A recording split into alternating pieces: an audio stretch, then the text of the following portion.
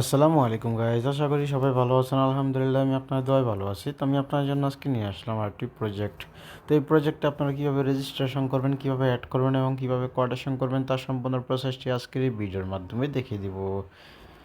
তো চলুন কথা না বাড়িয়ে শুরু করা যাক আজকের ভিডিও। তো এখানে এই প্রজেক্টে আপনারা তিনভাবে রেজিস্ট্রেশন করতে পারবেন। এক হচ্ছে আপনাদের ইমেলের মাধ্যমে, দ্বিতীয় হচ্ছে ফোন নাম্বারের মাধ্যমে, তৃতীয় হচ্ছে ইউজার নেমের মাধ্যমে।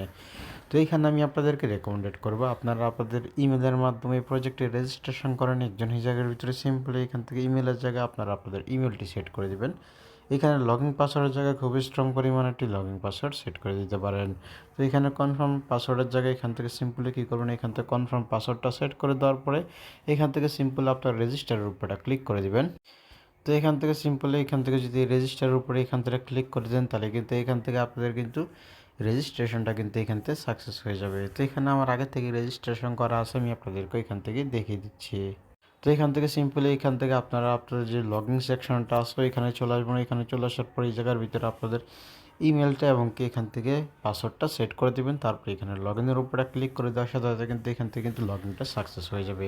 তো এখান থেকে কিন্তু ইউটিউব গাইডলাইন পলিসির কারণে কিন্তু এখান থেকে আমি ইউটিউবে কিন্তু সম্পূর্ণ ভিডিওটি কিন্তু আমি আপলোড করতে পারছি না। এখান থেকে আপনারা পরবর্তী স্টেপগুলো কীভাবে পূরণ করবেন, তো চলুন কথা না বাড়িয়ে আমি আপনাদেরকে সরাসরি এখান থেকে দেখিয়ে দিচ্ছি।